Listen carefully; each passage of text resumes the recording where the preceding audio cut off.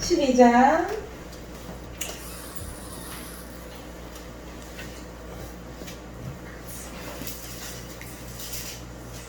13절에서 14절입니다.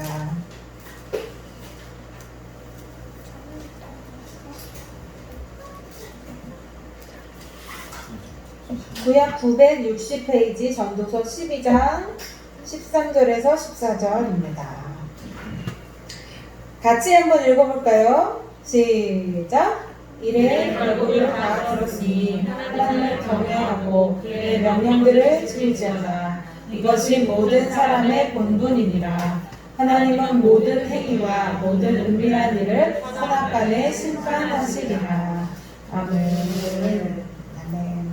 오늘은 전도서 두 번째 시간이고 우리가 길었던 94주간 동안 있었던 구약 여행의 마지막 시간입니다. 뭐 해야 되는 거 아니에요? 책거리 뭐 이런 거.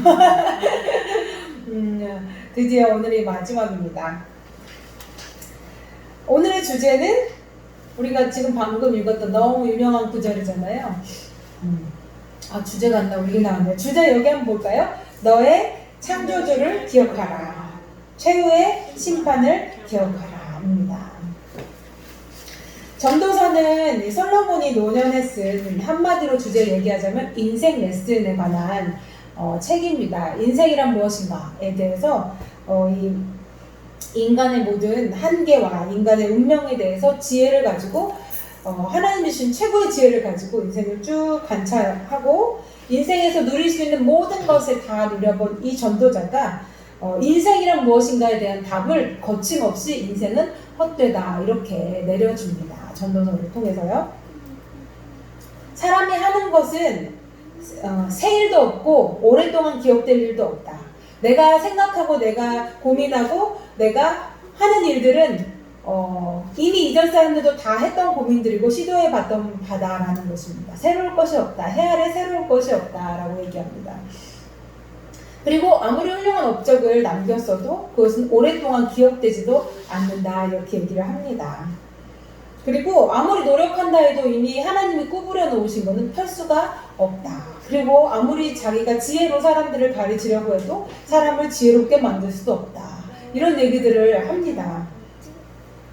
그리고 자기가 열심히 인생의 만족을 위해 즐거움을 위해 노력했던 모든 것들 쾌락을 쫓아봤고 사업을 열심히 해봤고 소유 많은 것들을 소유해 보았지만 이런 것들은 모두 피곤하게 인생을 피곤하게 하는 것일 뿐 진정한 기쁨을 주지 못한다라고 이 전도자가 결론을 내주고 있습니다. 전도서는요 한마디로 얘기하면 참회의 설교잖아요. 이 솔로몬이 자기가 지난날 했던 잘못들을 그대로 다 고백을 하면서 자기가 얼마나 미련하고 연약한 자인지를 가감없이 철저하게 인정하고 또 회개하는 모습이 나옵니다. 그는 이 세상의 감각적인 쾌락을 얻기 위해서 행복과 만족을 얻기 위해서 막 노력해봤지만 그거는 죽음보다 더 쓰고 결국은 진짜 어리석은 짓이다 라고 고백하고 있어요. 한번 볼까요? 전도서 2장을 보겠습니다. 2장. 세상사의 사람들이 추구하는 것들 어떻게 하면 내가 인생을 의미있게 살아볼까? 인생에서 진짜 행복이란 무엇인가? 내 인생을 만족하려면 어떻게? 이거는요, 이 솔로몬만 고민하는 게 아니고 인간이라면 누구나 다 고민합니다. 옛날부터 철학자들도 이런 고민을 했잖아요. 인생이 무엇인가? 그리고 내 인생을 참으로 의미있게 살려면 어떻게 살아야 되나? 내 인생의 진짜 행복은 무엇일까? 내가 진짜 만족을 얻으려면 어떻게 할까?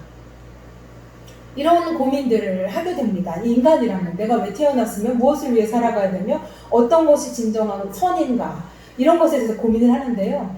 그런 것에 대해서 이 솔로몬이 여러 시도를 해보았다는 겁니다. 인생들이 원하고 갖고자 하고 만족하고자 했던 수많은 것들 즐거움, 웃음, 희락, 때로는 술, 때로는 쾌락, 때로는 예술, 문화 예술 아니면 눈에 보이는 막 토목 사업들 건물을 짓고 막 과수원을 파고 막 하는 것들 있잖아요. 또 많은 소유를 얻는 것, 많은 사람들이 가장 원하고 추구하는 것, 세상의 온갖 보배를 얻는 것, 아니면 육체의 쾌락들, 정욕적인 쾌락들을 쫓아보기도 하고 온갖 것을 다 해봤다. 이런 고백을, 왜냐하면 이 솔로몬은 그걸 다 누릴 수 있고 시도해볼 수 있었던 위치에 있었잖아요. 충분히. 자신이 할 수 있는 모든 것을 다해서 그것을 시도해봤다라고 이야기를 하는 겁니다. 여기 2장 1절부터 한번 읽어볼까요? 2장 1절부터 교독해서 읽어보겠습니다. 나는 내 마음에 이르기를 자 내가 시험 삼아 너를 즐겁게 하리니 너는 낙을 누리라 하였으나 보라 이것도 헛되도다. 어떤 것이 헛된지 나와 있어요. 2절 시작.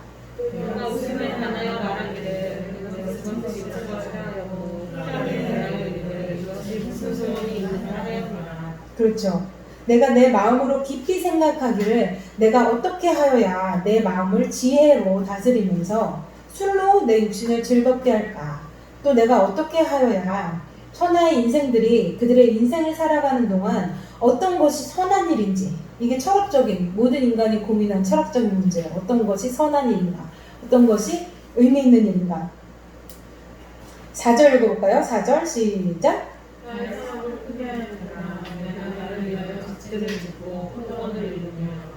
여러 동산과 가원을 만들고 그 가운데 각종 과목을 심었으며 또 나를 위하여 수목을 기르는 산림에 물을 주기 위하여 못들을 팠으며 남녀노비를 사기도 하였고 나를 위하여 집에서 종들을 낳기도 하였으며 나보다 먼저 예루살렘에 있던 모든 자들보다 내가 무엇을?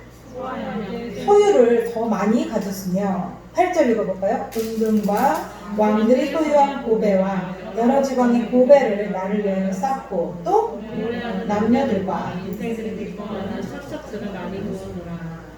그렇죠. 왜냐하면 그렇게 할 수 있는 충분한 여건이 솔로몬이 됐었기 때문에 9절 보면 내가 이같이 창성하여 나보다 먼저 예루살렘에 있던 모든 자들보다 더 창성하니 이 솔로몬의 부와 지혜가 이전 어떤 왕보다도 가장 뛰어났었잖아요. 내 지혜도 내게 여전하도다. 10절 엄청난 말을 하잖아요. 10절 시작. 무엇이든지 내 원하는 것을 내가 하지 아니하며 무엇이든지 내 마음을 지지하는 것을 내가 이는 모든 수고를 내 마음이 기뻐하였습니다. 이것은 나의 모든 수고로 말미암아 얻은 몫이로다. 근데 11절이 포인트예요. 결론 11절 시작. 그 후에 내가 생각해 본즉 내 수고한 모든 일과 내가 수고한 모든 것이 다 헛되어 바람을 담는 것이며 해 아래에서 공입하고 있을 것이로다. 사람들이 다 추구하고 원하고 하는 것들을 내가 소유하면 나한테 만족이 있을 줄 알았는데 내가 다 해봤는데 결국에 헛되다. 바람을 잡으려는 것 같았다라고 결론을 합니다. 그래서 인생사가 헛되다. 근데 인생사가 헛된 또 다른 이유들을 또 뒤에 얘기하는데요. 뭐냐면 인생사가 시간적인 한계가 있기 때문이다. 인생이 강건하면 70이요. 아니죠? 너 말이 보통이 70이고 강건하면 80이잖아요. 120살 넘는 사람이 없잖아요. 인생사가 너무나 짧고 한계가 있기 때문에 인생이 결국엔 헛되다라는 것. 그리고 세상에는 진정한 공의가 없다라는 것입니다. 가장 정의와 공의가 이루어져야 되는 재판정에서까지 불의가 있다라는 것을 이게 지혜자가 보니까 목격을 한 거예요. 그러니까 더 허무하죠. 인생사가 더 허무해지는 겁니다. 3장 16절이에요. 제가 읽어드릴게요. 또 내가 해 아래에서 보건대 재판하는 곳 거기에도 악이 있고 정의를 행하는 곳 거기에도 악이 있다. 예나 지금이나 악이 있다. 세상에는 공의가 없기 때문에 인생사가 헛되다. 그리고 내가 뭔가 열심히 노력해서 뭔가 업적을 딱 이루어냈는데 사람들이 나를 대단하게 생각하고 칭찬해 줄 줄 알았는데 내가 열심히 이루어가지고 뭔가 딱 세워놓으면 사람들이 하는 것은 뭐냐면 시기와 질투다라는 것입니다. 그러니까 이게 뭐야 이렇게 된다는 거예요. 4장 4절 한번 볼까요? 4장 4절 시작. 내가 또 먼저 사람이 모든 수고와 모든 재주로 말미암아 이웃에게 시비를 받으니 이것도 헛되어 바람을 잡으시는 것이로다. 그렇죠. 그리고 자기가 지금 왕인데 이 왕도 지금 최고의 권력과 최고의 재산과 최고의 명성을 가지고 있지만 왕이 또한 영원한 것이 아니다. 내 뒤에 다른 왕이 오고 내가 해놓은 것을 내 뒤에 왕이 없애버리면 그만이잖아요. 그런 얘기를 쭉 하면서 인생사가 진짜 헛되다라고 얘기를 하는 겁니다. 그럼 이런 여기까지 얘기를 들으면 그럼 뭐 어떻게 하라는 거야? 열심히 하지도 말고 뭐 그냥 인생 무조건 허무하다, 뭐 아무것도 하지 말아라 이런 뜻인가? 전도사는 그런 뜻이 아니다라는 겁니다. 단순히 그냥 허무주의, 염세주의, 그래서 이 세상의 피로감을 느껴서 뭐 뭐든지 막 무기력에 빠지라 이런 얘기가 아니다라는 것입니다. 이 허무해 보이는 이 삶 가운데도 하나님이 낙으로 주신 선물이 있다라는 걸 얘기하기 시작해요. 뭐냐면요, 그 얘기가 3장에 나오는데요. 3장에 인생의 모든 일에 때가 있잖아요. 예를 들면 여기 3장에 보면은 태어날 때가 있고 죽는 때가 있고, 태어나고 죽고 울고 웃고, 인생 살아가는 게 그렇잖아요. 때로는 씹을 때도 있고 때로는 거둘 때도 있고 뽑을 때도 있고, 때로는 세울 때가 있고 때로는 세워놨던 것을 헐 때가 있고, 이런 것들, 사랑할 때가 있고 미워할 때가 있고, 그런 인생사의 여러 가지 일들을 쭉 얘기를 하면서 이 수많은 일 가운데 이런 인생사가 헛되지만 그래도 여기서 인간, 창조주 앞에 있는 나의 한계를 인정하면 그 모든 때가 다 아름답다 이렇게 얘기를 합니다. 다 허무해 보이지만 그때그때 하나님이 주시는 즐거움이 있다, 다 의미가 있다 이렇게 얘기를 합니다. 먹고 내가 먹는 거, 우리 육체이기 때문에 먹어야 살잖아요. 이 밥하는 거 때로는 귀찮고 힘들지만 누군가 밥을 해야 내 입에 밥이 들어가고, 마시는 것도 정말 고단하고 피곤하고 힘든 일이지만 그 먹는 가운데 또 하나님이 즐거움을 주셨잖아요. 먹고 마시고 내가 수고하고 일하는 게, 수고해서 막 일하는 게 그때는 힘들고 고단할 수 있지만 또 그 일에서 물러나게 되면 그때가 나에게 건강을 주셔서 내가 할 수 있었던 거고, 그것이 나에게 기회가 된다는 거, 거기서 삶의 의미를 찾는다라는 걸 우리가 발견하잖아요. 그리고 내가 선을 행하는 이 모든 것들이 다 아름답고 의미가 있다라고 얘기를 합니다. 그래서 하나님 앞에서 내 한계, 인간의 한계를 인정하면서 그 모든 일을, 주어진 삶을 즐겁게 살아라, 즐기며 살아라 이렇게 얘기를 해줍니다. 전도서 3장 10절이에요. 3장 10절.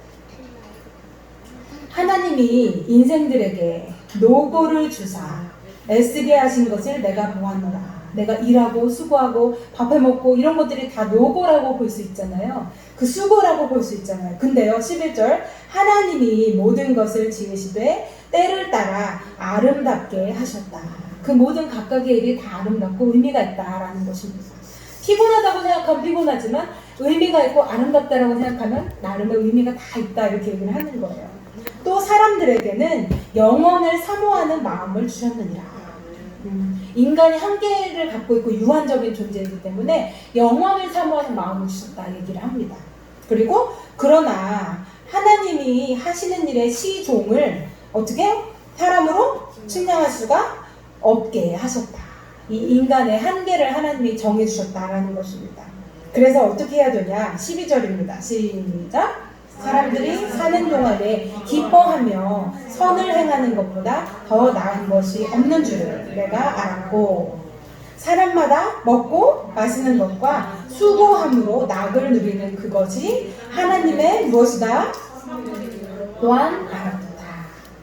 먹고 마시고 하는데 수고하고, 내가 먹고 살기 위해 수고하는 게 노고처럼 보이지만 다른 한편으로는 그것이 무엇이라고요? 하나님께서 주시는 내 인생을 의미 있게 하는 선물이다라는 것입니다.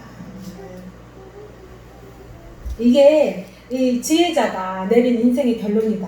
그렇기 때문에 즐거운 마음으로, 기쁜 마음으로 인간의 한계를 인정하면서 그 시간들을 즐기고 누려라. 그 순간순간을 즐기고 누려라 얘기를 합니다. 그러면서 이제 그 뒤에는 인생의 지혜에 대해서 얘기를 해요. 지금까지 인생의 허무에 대해서 얘기를 했다면, 그럼 인생의 지혜는 무엇인가? 지혜의 시작은 여호와를 경외하는 것에서 시작하는 거잖아요. 지혜서에서 계속 말씀하듯이 하나님을 두려워하는 것이 지혜의 시작이다. 그러면서 하나님을 두려워하기 때문에 내가 언제나 하나님 앞에 서 있다라는 것을 인식을 하면, 내가 하나님 앞에 있으니까 하나님 앞에 하나님을 두려워하는 마음으로 있기 때문에 어떻게 되냐면 내가 함부로 입을 열어서 말을 할 수가 없는 거예요. 그쵸? 하나님 앞에 있으니까 입을 조심하게 된다. 그리고 내가 지금 솔로몬은 왕이잖아요. 인간에 가질 수 있는 최고 위치에 있지만 내가 아무리 왕이지만 나보다 더 높이 계신 우리 하나님이 계시다는 걸 늘 기억하기 때문에 그 앞에 조심할 수밖에 없다. 이것이 지혜다. 이렇게 얘기를 합니다. 5장을 볼까요? 5장. 전도서 5장 1절에서 3절입니다. 너는 하나님의 집에 들어갈 때에 내 발을 삼갈지어다. 가까이하여 말씀을 듣는 것이 우매한 자들이 재물 드리는 것보다 나으니 그들은 악을 행하면서도 깨닫지 못함이니라. 2절 시작. 너는 함부로 입을 열지 말며 급한 마음으로 말을 내지 말라. 하나님은 하늘에 계시고 너는 땅에 있으니라. 그런즉 마땅히 그렇죠. 왜냐면 3절 보니까 걱정이 많으면 꿈이 생기고 말이 많으면 우매한 자의 소리가 나타난다. 이렇게 말씀합니다. 하나님이 우리 앞에 계시기 때문에 내가 하나님을 경외하게 되면 내가 입을 조심하잖아요. 우리가 어려운 분, 높은 분 앞에 있어도 우리가 말을 조심하는데 내 인생이 늘 하나님 앞에 있다는 걸 기억하면 말 조심을 할 수밖에 없다. 이 이야기를 해주십니다. 6절 보시면요. 내 입으로 내 육체가 범죄하게 하지 말라. 이렇게 합니다. 7절. 꿈이 많으면 헛된 일들이 많아지고 말이 많아도 그러하니 오직 너는 그렇죠. 이 말함에 있어서 하나님을 경외할지니라 하십니다. 너는 어느 지방에서든지 빈민을 학대하는 것과 정의와 공의를 짓밟는 것을 볼지라도 그것을 이상히 여기지 말라. 왜냐하면 높은 자는 더 높은 자가 감찰하고 또 그들보다 더 높은 자들도 있음이니라. 우리 하나님이 이런 것들 다 지켜보신다라는 것이죠. 우리 위에 우리의 말을 듣고 판단하시는 분이 계시다는 것을 알면 우리가 말을 함부로 할 수 없을 것입니다. 그래서 우리 인간은 나에게 주어진 현재 나에게 주어진 일에 최선을 다할 뿐이에요. 우리 인생은 내일이 어떤 일이 일어날지조차 모르는 인생이잖아요. 자기보래. 내일 무슨 일이 일어날지도 모르는 그런 유한적인 인간이다 라는 것입니다. 그렇기 때문에 오늘 지금을 내가 누리고 최선을 다해 살아가다라는 것이지요. 7장 보실까요? 7장 14절에 있습니다. 7장 14절. 7장 14절. 시작.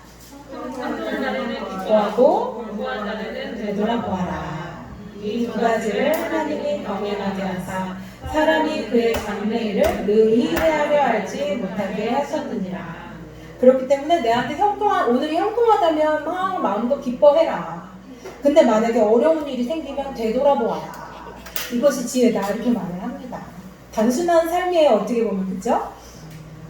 그리고 이거 왜 이렇게 하셨냐면 이 두 가지를 하나님의 기쁜 날과 곤고한 날을 다 골고루 인생에게 주신대요. 왜냐면 여기 써있죠. 교만하지 않기 위해서. 누군가를 바라볼 때 함부로 판단하고 이건 이래서 그런 거야. 저건 저래서 그런 거야. 이건 이래서 그래. 이렇게 못하도록.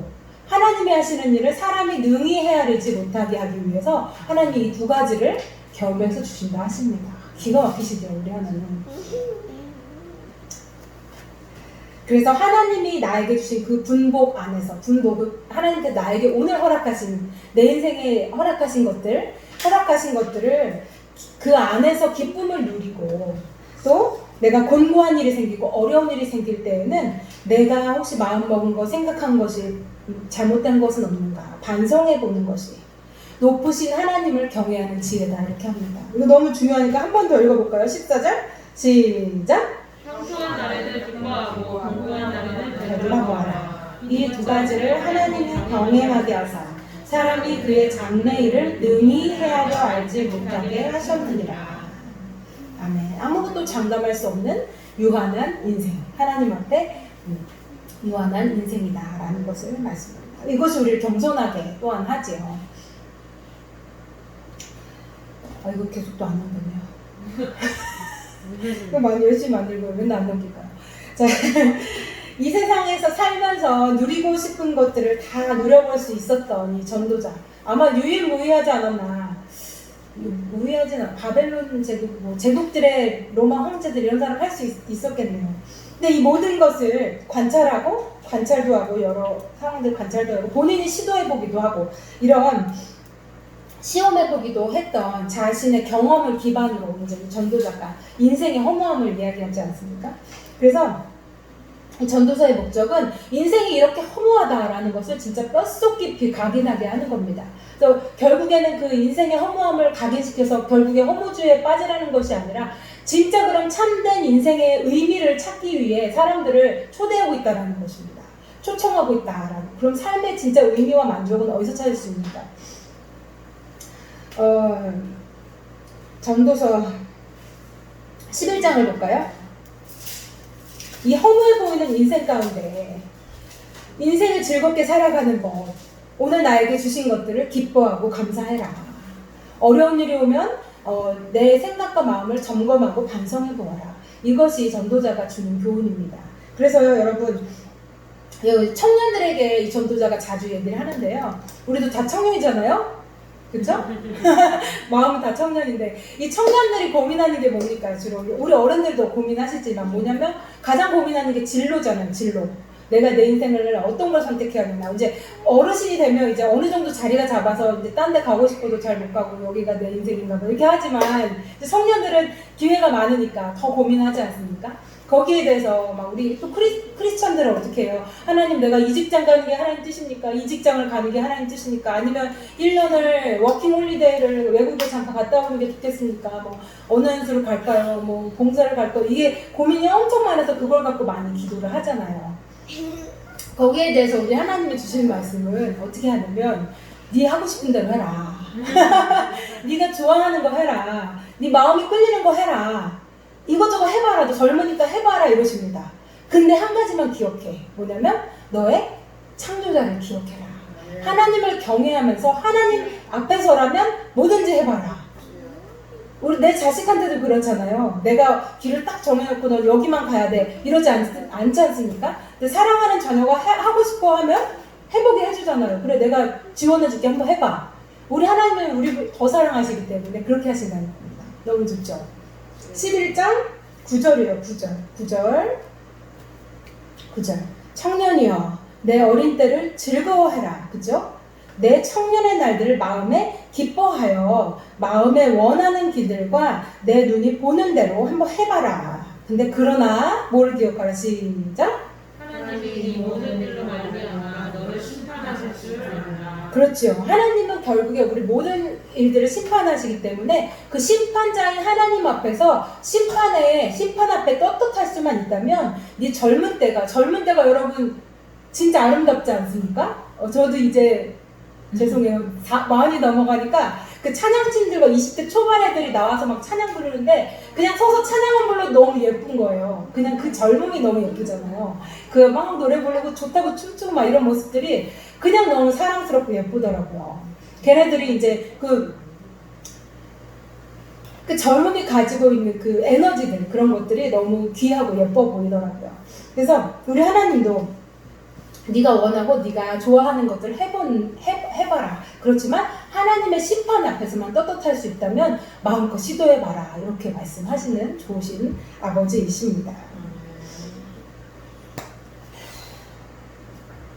창조주를 기억하고 12장 1절에 보면 너는 청년의 때에 너의 창조주를 기억해라.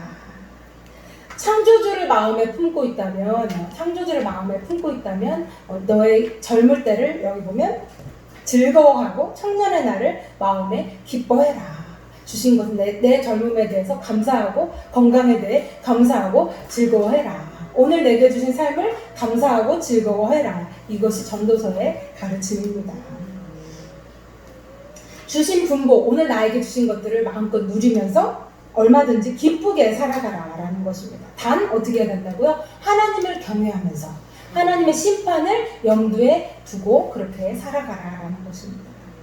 그 하나님을 경외하지 않고 그 명령대로 내가 지키지 않으면서 내 마음대로 막 사는 것은 결국에는 그 방종이라고 하잖아요. 그것들은 오히려 그 쾌락들은 내 인생을 망친다라는 것을 이 전도자는 자기가 해봤기 때문에 너무 잘 아는 거예요. 자기가 치렀던 그 대가들을 얘기하면서 그렇게 하면 안 돼.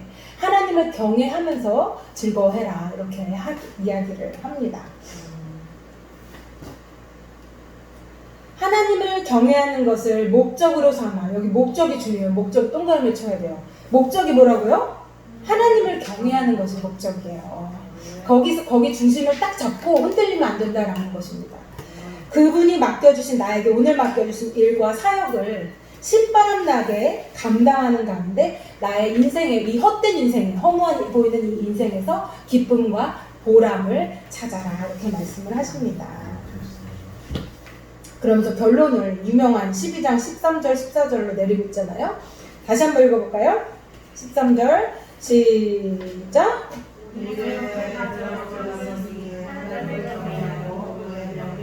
길지어다. 이것이 사람의 본분이니라. 이거 11장 10절도 한번 읽어봐야겠어요. 이 9절에 보면 마음을 즐거워하고 기쁘게 하라 하시잖아요. 그러면서 뭐를 멀리하라고 하시냐면 즐거움과 기쁨의 반대인 걱정과 근심을 네 마음에 있게 하지 말아라. 이렇게 얘기를 합니다. 진짜 명언이에요. 10절 시작. 11장 10절입니다. 그런즉 근심이 내 마음에서 떠나게 하며 악이 내 몸에서 물러가게 하라. 어릴 때와 검은 머리의 시절이 다 헛되기 때문이다. 금방 지나가잖아요. 그죠? 그래서 그 가운데서 기뻐하고 근심과 악을 내 몸에서는 물러가게 하라. 이렇게 하십니다.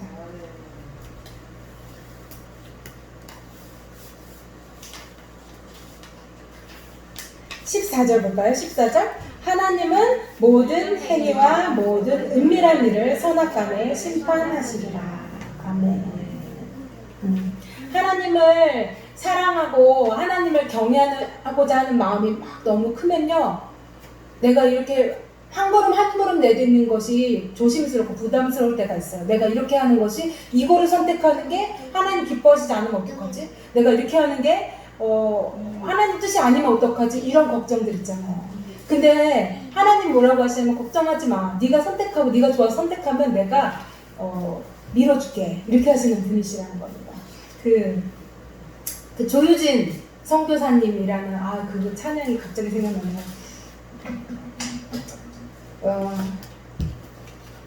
어떤 젊은 선교사님인데 원래 바이올린 전공한 분, 여러분 들어보면 많이 들어보고, 요나는 니느웨를 결국 사랑했습니다. 생각나세요?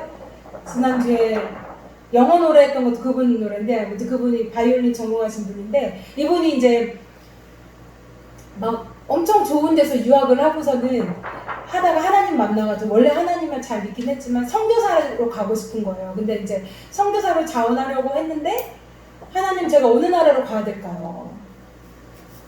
어느 나라로 가야 될까요? 그 다음 주에 오예배 때, 오예배가 없네. 다음 주에 한번 그 찬양 불러도록 하겠습니다. 이렇게 기도를 하는데, 내가 어떻게 해야 내가 빛과 소금으로 살아갈까? 하나님 앞에 고민하고 생각하고 고민하고, 하나님 앞에, 하나님을 너무 사랑하고 경외하기 때문에 너무 그게 두려운 마음이 커서 그렇게 기도를 하는데, 하나님 주신 응답이 사랑이야.